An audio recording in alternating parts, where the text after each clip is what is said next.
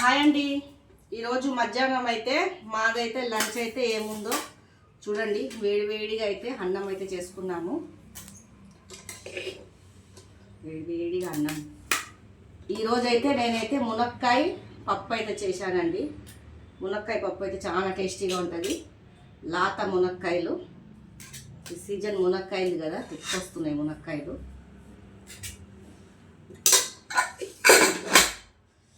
వేడివేడిగా పప్పు అండి, వేడివేడిగా మునక్కాయ పప్పు చాలా టేస్టీగా ఉంటుంది.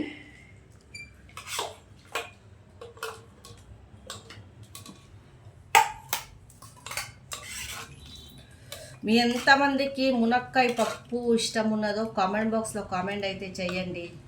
మాకైతే మునక్కాయ పప్పు అయితే చాలా ఇష్టము. తర్వాత దాని వెంబడి అప్పడాలు. ఇక్కడ వచ్చేసి అయితే మామిడికాయ ఊరగాయ అండి ఇది. ఈరోజు మీరు ఏమేమి తిన్నారో కామెంట్ బాక్స్లో కామెంట్ అయితే చేయండి.